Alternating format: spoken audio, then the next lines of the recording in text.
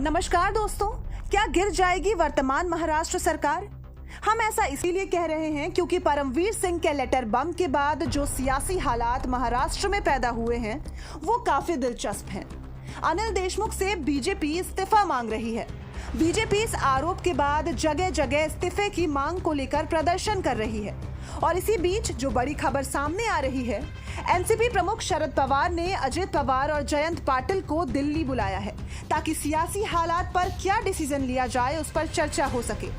इसी बीच अब इस सियासी जंग में उद्धव ठाकरे के भाई लेकिन सियासी दुश्मन राज ठाकरे भी कूद चुके हैं। एमएनएस प्रमुख राज ठाकरे ने कहा कि अनिल देशमुख को तुरंत इस्तीफा दे देना चाहिए। इस मामले में मुख्य मुद्दा उद्योगपति के घर के बाहर मिली जिलेटिन युक्त संदिग्ध कार का है। उन्होंने आगे कहा कि मैं केंद्र सरकार से इसमें हस्तक्षेप करने का अनुरोध करता हूं। उन्होंने कहा कि राज्य सरकार इस मुद्दे की जांच ठीक से नहीं कर रही है।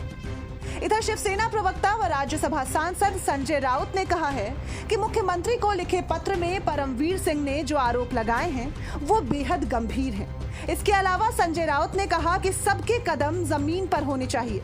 इस मामले में शरद पवार सही फैसला लेंगे।